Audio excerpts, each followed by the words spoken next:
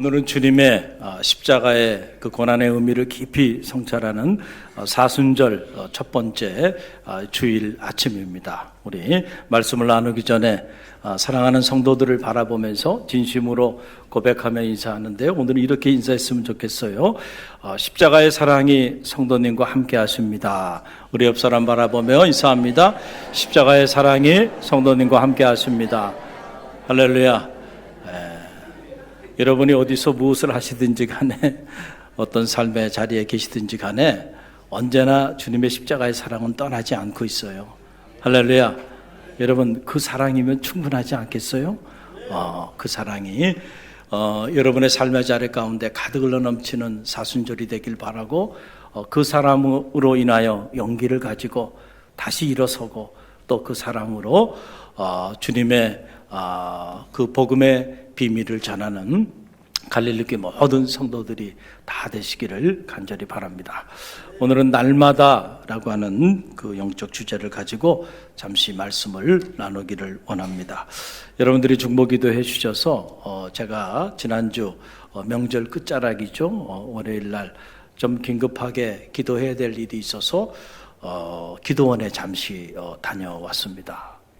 월요일 날 기도원에 올라갔는데 월요일 날이 명절이기 때문에 아무도 기도원에 없으리라고 생각을 했어요. 그런데 보니까 사람들이 막 웅성웅성거리는 거예요. 그래서 깜짝 놀랐어요. 아니 명절 기간인데 이렇게 기도원에 와 있는 분들이 있나.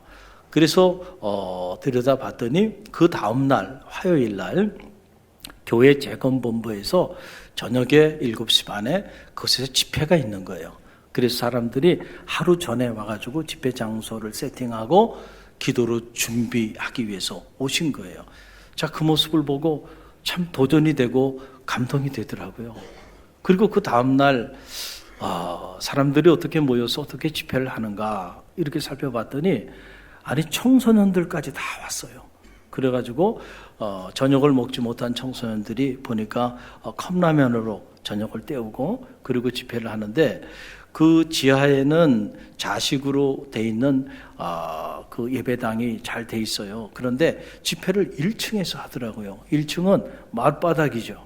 그런데 거기에 이렇게 방석을 쫙 깔고 그리고 거기서 집회하는 모습을 보고 충격을 받았어요.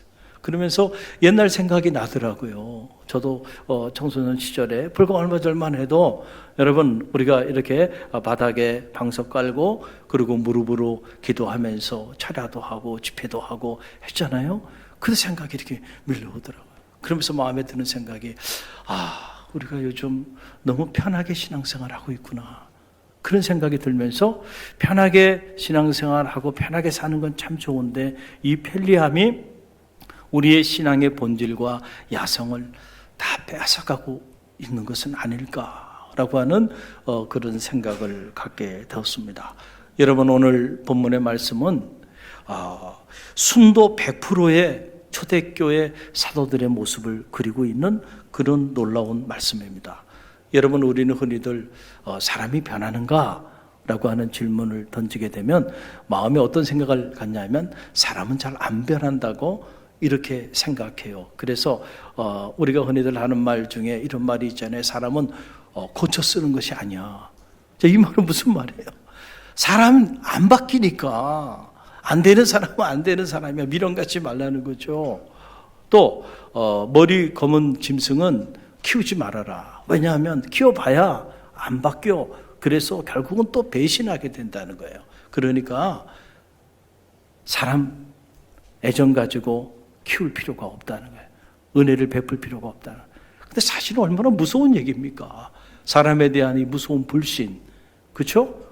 사람과 사람 사이의 이 신뢰 관계를 다 무너뜨리는 이런 무서운 말들이 오늘 우리 삶의 자리 가운데 그렇게 자리하고 있는 모습을 보게 돼요. 그러나 여러분 꼭 기억하십시오. 주님을 만나면 사람은 변합니다. 할렐루야. 그것도 그냥 조금 변하는 게 아니고 완전히 뒤집어집니다. 완전히 변하게 돼요.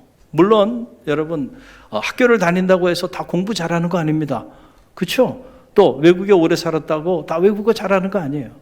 또 여러분들이 교회 생활 오래 했다고 해서 신앙이 다 좋은 것도 아니에요. 그렇죠? 참 안 변하는 분들은 안 변해요. 참 모질게도 변하지 않는 모습을 보게 돼요. 그러나 다 그런 건 또 아니에요. 그렇죠. 변하는 사람은 놀랍게 바뀝니다. 정말로 실제로 예수 그리스도를 인격적으로 만나고 체험하게 되면요, 내가 지금까지는 교회 생활을 했어요. 그런데 실제로 부활하신 주님을 인격적으로 만나고 체험하게 되면 그때부터는 진짜 신앙생활이 시작되는 거예요. 여러분, 그렇게 변화된 분들이 우리 갈릴리 교회는 많이 있어요. 여러분들이 조금만 관심을 가지고 한번 주변을 돌아다 보세요. 저도 깜짝깜짝 놀랄 정도로 이렇게 변화된 삶을 살아가는 교우들이 많은 교회가 우리 갈릴리 교회입니다. 예수님의 제자들, 참 모질게도 변하지 않았던 사람들이었어요. 복음서를 보게 되면 예수님께서 시험에 들지 않게 날마다 깨어 기도하라, 그렇게 말씀하여 주셨는데도 끝까지 깨어 기도하지 않은 사람들이 누구예요? 그게 제자들이에요. 야, 이렇게 말씀하셨는데도 안 바뀌어? 안 바뀝니다. 안 바뀌더라고요. 믿으라고 하면 믿기래요. 안 믿어요. 그러니 예수님께서 얼마나 한탄스러웠으면은, 내가 어느 때까지 너희와 함께 하리요? 이 패역한 세대요, 이 믿음이 없는 세대요 하시면서 한탄하신 그 주님의 모습을 우리는 복음서를 통해서 읽게 되는 거죠. 요즘 말로 말하면 예수님이 3년 동안 그 제자들 끌고 다니면서 제자 훈련을 시킨 거예요. 3년 동안 말씀도 직접 가르쳐 주셨고, 그리고 그들에게 믿음이 불릴 듯 일어나게 하기 위해서 그들 앞에서 직접 수많은 기사와 이적도 다 행하여 줬어요. 그런 것들을 다 눈으로 봤습니다. 몸으로 체험했어요. 그런데도 여전히 주님을 믿지 않았다는 거예요. 그러니까 이 제자들도 평범한 인물들은 아닌 것 같아요. 그 결국 가룟 유다 같은 제자는 주님을 30냥에 은 30냥의 주님을 팔아버립니다. 그리고 수제자 베드로는 빌라도의 법정에 주님 붙잡히시게 되니까 한 여비자 앞에서 자기 살겠다고 주님을 3번씩이나 저주하며 맹세하며 부인하고 주님 곁을 떠나버립니다. 골고다의 언덕길을 오를 때, 그래서 그 제자들은 다 각기 제 길로 가고 말았습니다. 그렇죠. 그리고 복음서를 보게 되면 주님이 십자가에 달리시고 고난당하셔서 죽으신 다음에 주님 말씀하여 주신 그대로 주님께서 부활하셨는데, 그 부활하신 주님을 처음으로 만난 사람들이 있어요. 그 사람들이 누구냐면 여인들이었어요. 여인들. 참 복음서를 보면 여인들이 위대해요. 주님 고난당하는 그 골고다의 언덕길을 오르는 그 자리에도 끝까지 함께했던 사람들이 누구냐면 여인들이었어요. 주님 십자가상에서 물과 피를 흘리면서 그 고난을 당하는 그 순간까지 끝까지 함께 동행했던 사람들, 여인들이었어요. 그리고 주님 운명하셨는데도 주님의 그 시신이라도 거두기 위하여 무덤가에 찾아간 사람들이 역시 그 여인들이었어요. 그 여인들에게 주님은 부활하신 후에 처음으로 당신을 나타내 보여주셨어요. 여러분, 우리가 주님의 고난의 끝까지 동참하는 사람들이요, 주님의 부활의 영광에도 참여하게 될 줄로 믿습니다. 놀라운 일이죠. 그래서 이 여인들이 부활한 주님을 직접 만난 거예요. 그래서 주님 말씀하여 주신 대로 주님이 부활하셨다고 달려가서 제자들에게 전합니다. 그런데요, 복음서를 보니까 제자들이 그때도 그 여인들의 증언을 믿지 않았다는 거예요. 이야, 정말, 아니 이 정도 했는데도 믿질 않아요. 그러자 주님께서 직접 제자들을 찾아갑니다. 부활하신 주님께서. 그리고 그들을 직접 만나주세요. 그제서야 제자들이 변화되기 시작하는, 완전히 뒤집어진 거죠. 나는 부활이요 생명이니 나를 믿는 자는 죽어도 살겠고 살아서 나를 믿는 자는 영원히 죽지 아니하리라. 나는 길이요 진리요 생명이니 이것을 내가 믿느냐 말이죠. 부활하신 주님을 직접 만나게 되었던 그 제자들, 그들은 완전히 뒤집어지기 시작한 거예요. 그래서 여러분, 이 사도행전이라고 하는 말씀은 복음서의 2부, 저는 신학자로서 또 목회자로서 사도행전은 복음서의 2부다라고 주장하는 그런 입장에 자리하고 있는데, 마태복음, 마가복음, 누가복음, 요한복음에 나타난 제자들의 모습은요, 여러분, 변화되지 않는 연약한 모습이에요. 그러나 그런 제자들이 사도행전에 보게 되면 말이죠, 변화된, 죽음도 두려워하지 않는 사도들로 변화된 모습을 기록하고 있는 말씀의 책이 바로 사도행전이에요. 할렐루야. 그래서 여러분, 사도행전에 보게 되면 그때부터 그들이 마가의 다락방에 모여서 몇 명이 모였냐 보니까 120명이 모여서 기도회를 하기 시작해요. 주님의 부활하신 주님을 만난 다음에, 제가 성지순례를 갔다 오기 전에는요, 이 말씀을 그냥 가볍게 읽었습니다. 그런데 성지순례를 하면서 보니까 이 마가의 다락방이 예루살렘 한복판에 있더라고요. 깜짝 놀랐어요. 그 골고다의 언덕길을 오르면서 대반역 죄인으로 고난당하시고 십자가형을 언도 받으시고 고난을 당하신 그 현장이 바로 예루살렘인데, 여러분, 마가의 다락방이 거기 있더라고요. 이야, 1층, 2층으로 이렇게 되어 있는데 여기에 12명도 아니고 120명이 모여서 기도회를 했다는 거예요. 여러분, 이게 갖는 의미가 뭘까요? 이제 이들은요, 더 이상 죽음을 두려워하지 않는 사람들로 바뀌었다는 거예요. 할렐루야. 그래서 120명이 모여서 말이죠, 마음을 함께하여 하나님 앞에 간절히 기도할 때 하늘의 문이 열리고 불의 혀처럼 성령이 임하기 시작하면서 말이죠, 세상이 감당할 수 없는 사람들로 변화되어지는 역사가 나타나게 되었다라고 하는 그런 사실입니다. 변화되죠? 사람이 변해요. 이렇게 바뀝니다. 그래서 오늘 본문의 말씀이 기록되어 있는 사도행전 5장 40절 그 앞자락에 보게 되면 당시 상황을 우리에게 드러내 보여주고 있는데요, 40절 말씀 우리 함께 읽어봅니다. 그들이 옳게 여겨 사도들을 불러들여 채찍질하며 예수의 이름으로 말하는 것을 금하고 놓으니 그랬어요. 자, 지금 어떤 상황이냐면 이게 밖의 상황이죠. 사도들이, 변화된 제자들, 그 사도들이 예수 그리스도의 이름을 전하기 시작했어요. 그랬더니 공회에서 사람들이 그들을 붙잡아서 채찍질했다는 거죠. 여러분, 핍박을 받았어요. 박해를 받았어요. 그러면서 놓아주면서 하는 말이, 다시는 예수의 이름을 말하지 말라라고 그렇게 경고하면서 그들을 놓아줬어요. 여러분, 우리가 그 상황이라면 우리는 어떻게 반응했을까요? 야, 큰일 날 뻔했네. 죽을 뻔했네. 다시는 예수의 이름으로 아무 말도 하지 말아야지.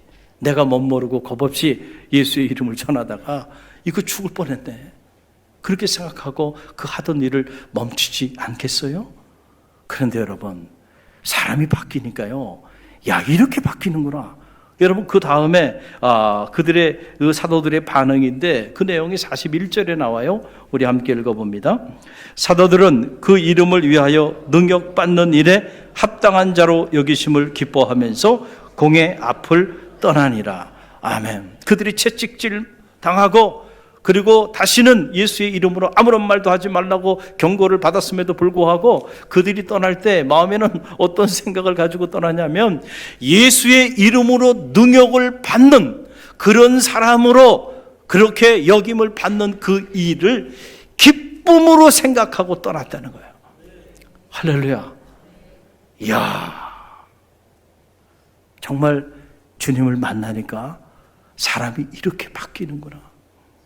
자기 살겠다고 자기 주님을 은 30에 팔아먹고 자기 주님을, 그렇죠? 3번이나 저주하며 맹세하며 부인하며 떠났던 사람들이 바뀌기 시작하니까요, 여러분, 이렇게 바뀌기 시작하는 거예요. 자, 그런 마음을 가지고, 자, 주님을 위하여, 주의 이름을 위하여 능력을 받는 그 일에 내가 참여하게 된 거, 그걸 난 너무 큰 기쁨으로 생각하고, 그리고 공회를 떠났는데 공회를 떠나서 그들이 뭘 했는가 보니까 오늘 본문의 한 절의 말씀이 그들이 그렇게 공회를 떠난 다음에 한 일이에요. 42절 함께 읽어봅니다. 그들이 날마다 성전에 있든지 집에 있든지 예수는 그리스도라고 가르치기와 전도하기를 그치지 아니하니라. 아멘. 참 이 말씀이 이 사순절을 시작하는 첫 주일을 맞이하면서 제 안에 계속 울림으로 와닿아요. 야, 그들이 날마다 성전에 있든지 집에 있든지 날마다 그들이 한 일이 뭐냐면 예수는 그리스도라고 가르치고 그 예수 그리스도를 전하는 그 일을 그치지 아니하였다라고 하는 그런 모습입니다. 그러면 제 안에 드는 생각 중에 하나는 왜 날마다 목숨을 걸고 자기 목숨조차도 귀하게 여기지 아니하면서 그들이 예수는 그리스도라고 가르치고 그리고 그들이 복음을 전했을까요? 그런 의구심이 제 안에 들더라고요. 물론 그들이 부활하신 주님 만날 수 있죠. 그렇다고 해서 죽을 줄도 모르고 전하지 말라고 하는데 여러분, 이 박해를 받으면서 핍박을 받으면서도 날마다 그들이 그렇게 전했을까요? 이유가 있지 않았을까요? 그들이 알았던 거예요. 뭘 알았을까요? 정말 주님만이 길이요 진리요 생명 되심을 그들이 진짜로 믿게 된 거예요. 이 복음의 비밀을, 이 복음의 가치를 정말로 알게 되니까 침묵할 수가 없었던 것입니다. 할렐루야. 여러분, 사도 바울이 이 로마서 1장 16절에 보게 되면 주님을 만난 이후에 그가 이 복음에 대해서 이렇게 이야기를 합니다. 로마서 1장 16절 말씀 함께 읽어봅니다.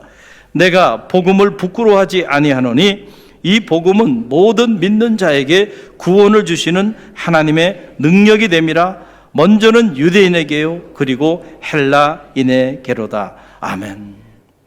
내가 이제는 복음을 부끄러워하지 않겠다는 거예요. 이 복음은 모든 믿는 자들에게 구원을 주시는 하나님의 능력이 됩니다. 여러분, 사도 바울이 다메섹 도상에서 주님을 실제로 만난 다음에는요 그 사실을 진짜로 믿게 된 거예요. 그래서 뒤집어진 겁니다.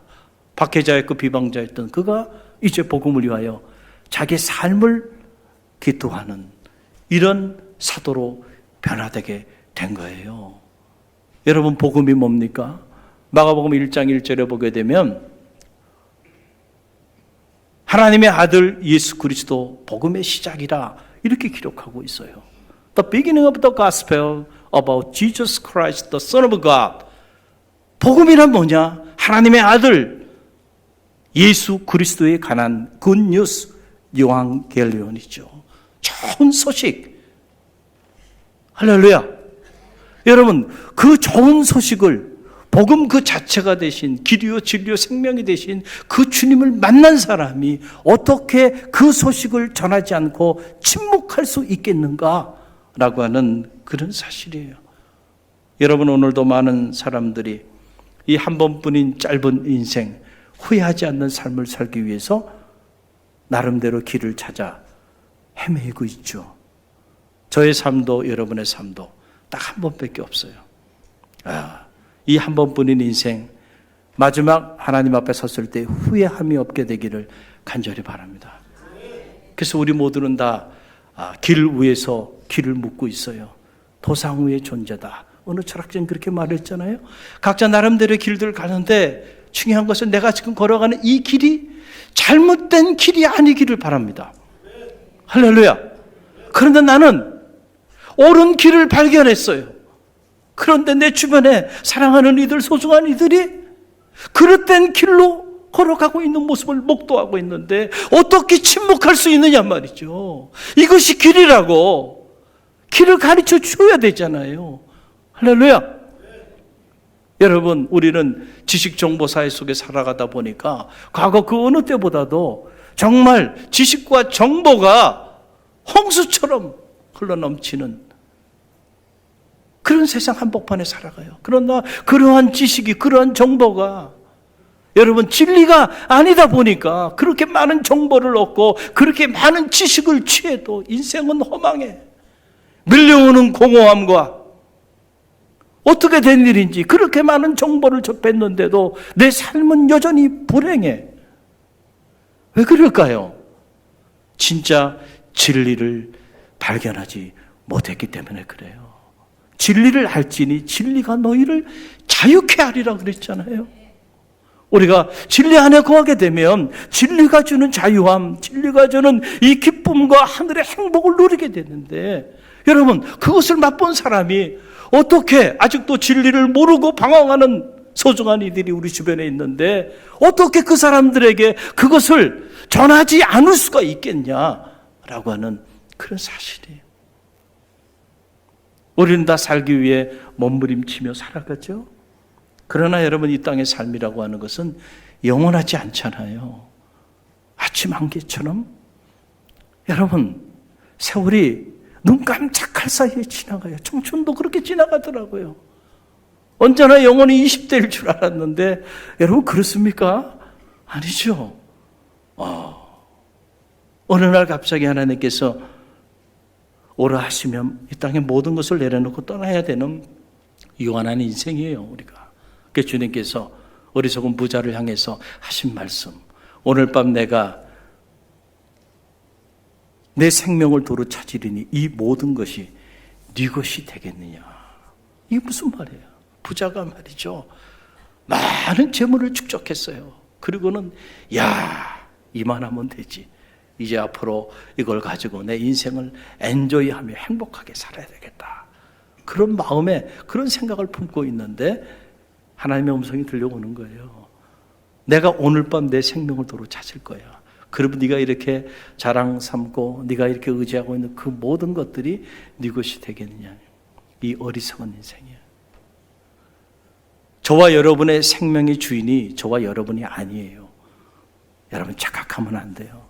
여러분의 소중한 자녀, 손주들 얼마나 귀여워요. 그러나 하나님이 오늘 밤 도로 찾으시면 여러분, 오늘 밤에도 하나님 품으로 떠나는 거예요. 이 땅의 삶이라고 하는 것은 영원하지 않아요. 제가 이 장래 예식을 집내에 보면 참 인생이 허망하구나 라고 하는 것을 알게 돼요. 수없이 많은 장례를 집내에 봤습니다. 살면서 이런저런 소리 내며 살았던 사람들도 제가 장례식을 집례한 적이 있어요. 그런데 결국 1시간도 안 됐어요. 한 점 재로 나오더라고요. 허망하더라고요. 이게 뭐지? 아무것도 아닌 거예요, 그냥. 여러분, 명예를 가져갈 수 있어요? 재산을 가져갈 수 있어요? 권력을 가져갈 수 있어요? 그냥 한 줌째로 사라지는 이 덧없는 인생길을 걸어가고 있는데 마치 그것이 영원한 것처럼 그것에 자기의 모든 것을 쏟아 살아가는 그런 어리석은 인생들이 오늘 우리들의 삶이에요. 그런데 여러분, 죽어도 죽지 않는 부활이요 생명이 되신 그 주님을 실제로 만났어요. 그래서 내 인생에는 이제 끝이 없어요. 내 인생의 끝이 아니고 끝 안에 새로운 시작이 있어요. 저와 여러분의 삶의 자리 안에 예수 그리스도 부활하신 주님으로 인하여 여러분의 인생은 더 이상 죽어도 죽지 않는다니까요. 할렐루야. 이 영생의 축복을 주셨어요. 여러분, 이 사실을 실제로 믿는데 어떻게 내 소중한 이들이 아직도 이 세계의 비밀을 알지 못하고 살아가고 있는데 그들에게 어떻게 여러분 복음이신 부활이신 그 주님을 전하지 않고 침묵할 수 있겠느냐라고 하는 그런 사실입니다. 여러분, 사순절 첫 번째 주일을 맞이하면서 저는 여러분에게 묻고 싶습니다. 여러분은 정말로 주님께서 길이요 진리요 생명이 되심을 실제로 믿습니까? 그 믿음이 여러분 가운데 있게 되기를 간절히 바랍니다. 그 믿음으로 이 사순절 주님의 십자가의 고난 그리고 부활의 신비를 묵상하면서 이 초대교회 사도들처럼 날마다 우리 길이요 진리요 생명이 되신 그 주님을 전하는 성도들이 되시기를 간절히 바랍니다. 주님께서 공생애를 사시면서 내가 이를 위하여 왔노라 말씀하시면서 한 영혼을 찾기 위하여 온 4년을 헤매셨어요. 그리고 마태복음에 보게 되면 마태복음 10장 32절로 33절에는 주님이 이런 말씀까지 하셨어요. 우리 함께 읽어봅니다. 이 사순절 첫 번째 주일 아침 주님이 우리에게 주신 말씀이에요. 함께 읽습니다. 누구든지 사람 앞에서 나를 시인하면 나도 하늘에 계신 내 아버지 앞에서 그를 시인할 것이요, 누구든지 사람 앞에서 나를 부인하면 나도 하늘에 계신 내 아버지 앞에서 그를 부인하리라. 아멘. 누구든지 사람 앞에서 나를 시인하는 사람은 나도 하늘 아버지 앞에서 그를 시인할 거죠. 그러나 누구든지 사람 앞에서 나를 부인하는 자는 하늘 아버지 앞에서 나도 그를 부인할 것이다. 어제 우리 도봉지방의 과정 자격 과정에 있는 전도사님 또 장로님들 대상으로 자격 심사가 오후에 있었어요. 자격 심사를 하면서 어느 장로님의 그 이야기를 들으면서 참 가슴이 많이 아팠어요. 전도를 한 번도 한 적이 없으신 분이에요. 그래서 어느 장로님이 왜 장로님은 전도를 하지 않습니까? 라고 말하니까 그 장로님이 하시는 말씀이, 전도를 하게 되면 사람들이 부담을 느끼잖아요. 왜 사람들이 부담을 느끼게 전도를 해야 합니까? 그렇게 얘기하시더라고요. 그래서 이 장로님이 또 물어보셨어요. 직장생활 하시죠? 직장생활 하신대. 그럼 직장에서 장로님이신 거는 아냐 했더니 어떻게 아니에요? 어떻게 아니에요? 그러니까 말씀을 안 하시는 거예요. 내가 장로라고 하는 사실을 말하게 되면 부담이 되기 때문에 말을 안 한다는, 그러면서 하시는 말씀이 전도는 삶으로 하는 거죠. 그렇게 사람들에게 부담을 주면 됩니까? 그러면서 얘기를 하시더라고요. 제가 그 모습을 보면서 숨이 확 막히더라고요. 그래서 저 장로님이 평생 한 사람도 전도를 못한 거구나. 여러분, 정말로 그렇게 살았다면 이 땅에 복음이 어떻게 들어왔겠어요? 100여 년 전에 그 20대 젊은이들이 이 땅에 복음을 전하기 위하여 자기의 청춘을 바쳐서 목숨을 걸고 이곳에 복음을 전하다가 여러분, 하나님의 미랄로 다 사라져버렸어요. 그러면 그들의 헌신과 그들의 사역은 여러분 유치한 것입니까? 하지 말아야 할 일들을 한 것입니까? 성경은 어떻게 말하고 있나요? 주님은 우리에게 어떻게 말씀해 주고 있나요? 한 영혼을 살리기 위하여 주님께서는 온 사냐를 헤매셨고 땅끝까지 이르러 내 증인이 되라고 마지막 유언의 말씀까지도 주셨는데, 여러분, 증인이 뭡니까? 여러분 한번 생각해 보세요. 너무너무 억울한 일을 당했어요. 그런데 아무도 그 사람에 대해서 증인을 서줄 사람이 없는데 한 사람 증인을 서줄 사람을 만났어요. 법정에 섰습니다. 그러면은 이분이 이 법정에서 그 사람을 대신해서 증인이 증거를 해줘야 될 거 아닙니까? 저 사람이 그렇게 하지 않았다고, 내가 봤다고 그렇게 얘기를 해줘야 되는데 침묵하고 있다고 한다면 말이죠. 여러분, 얼마나 안타까운 일이겠냔 말이에요. 이게 그 사람은 증인이 아닌 겁니다. 증인은 말을 해야 돼요. 할렐루야. 우리가 예수 그리스도의 증인이 돼야 하는 거, 우리에게 주어진 마지막 사명이에요. 그 사명을 지켰던 사람들 때문에 오늘 저와 여러분이 이 거룩한 성일 복음의 모든 혜택을 누리면서 이 자리에 계신 거예요. 할렐루야. 그렇다고 한다면 오늘 우리는 또 다른 사람들을 위하여, 또 다른 죽어가는 영혼들을 위하여 증인의 역할을 감당해야 할 것입니다. 사랑하는 성도 여러분, 우리 갈릴리 교회가 이 사순절을 맞이하면서 사순절 생명사역을 전개하고 있어요. 여러분, 왜 주님이 고난당하셨는지, 고난의 의미를 깊이 묵상하다 보면 결국 생명을 살리기 위한 것이었어요. 이 사순절 저와 여러분을 통하여 생명이 살아나는 역사가 있게 되기를 간절히 바랍니다. 딱 한 사람, 오늘 세상을 떠난다면 절대로 지옥 가서는 안 되는 그 한 사람, 여러분에게 그 한 사람이 있을 거예요. 그 한 사람을 품으세요. 그리고 다음 주일 그 한 사람의 영혼을 하나님 앞에 봉헌하세요. 그리고 이 사순절 기간 날마다 그 한 사람을 생각하면서 중보하고 기도하고요. 그 한 사람에게 사랑을 베푸세요. 그리고 3월 31일 부활주일 그 한 사람의 생명을 살리는 생명사역자들이 다 되시기를 주님의 이름으로 간절히 축원드립니다.